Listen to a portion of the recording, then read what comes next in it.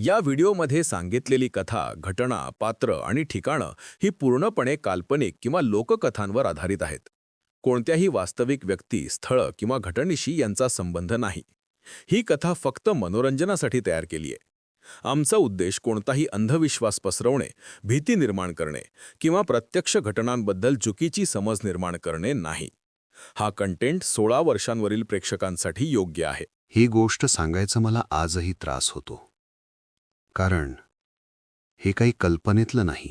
मी paranormal investigation करतो. लोक याला वेगवेगळी नावं देतात. माझ्यासाठी हे फक्त केस असतात. आज जी केस सांगतोय ती माझी पहिली होती. रात्री जवळपास 11 वाजले होते. फोन वाजला. Unknown number. समोरचा माणूस घाबरलेला नव्हता. तो थकलेला वाटत होता. तुमचं नाव मिळालं. इथे याल का? एक घर आहे. तो भूत असं म्हणाला नाही. आत्मा असंही नाही. फक्त एवढंच म्हणाला. रात्री तिथे थांबणं शक्य नाही. कोकणातलं लहानसं गाव. रस्ता अरुंद. आजूबाजूला झाडं. गावात पोहोचल्यावर एक गोष्ट लगेच जाणवली. खूप शांत होतं. असामान्य शांत. ते घर गावाच्या थोड्याशा बाहेर होतं. 2 मजली. जुनं. लोक म्हणत होते कुणीही रात्री तिथे राहत नाही. कारण दर रात्री घरातून आवाज येतात. दार उघडलं. किल्ली लागत नव्हती. दार आधीच उघडं होतं. आत थंड होतं. खूप थंड.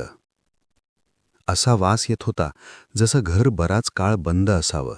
वरच्या मजल्यावर कोणीतरी चालल्यासारखा आवाज आला. मी थांबलो. ऐकलं. पुन्हा आला.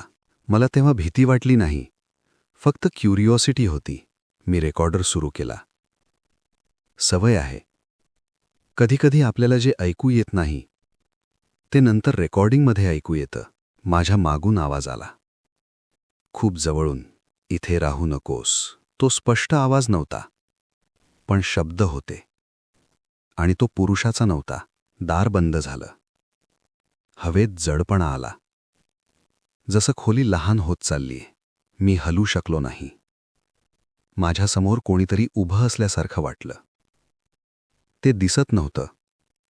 पण ते होतं. काही गोष्टी दिसत नाहीत. पण जाणवतात. मी मागे फिरलो.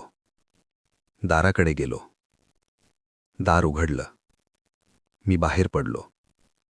मागे वळून पाहिलं नाही. सकाळी गावकरी आले. घर नेहमीसारखं वाटत होतं. पण रेकॉर्डर ऐकला. त्या कुजबुजीत एक वाक्य स्पष्ट होतं. तू परत येशील. मी त्या घरात परत गेलो नाही. पण काही केसेस घरातच संपत नाहीत. पुढच्या एपिसोडमध्ये मी सांगतो त्या घरात आधी काय घडलं होतं. कथा आवडली असेल तर सबस्क्राईब करा. पुढच्या रहस्यासाठी तयार रहा.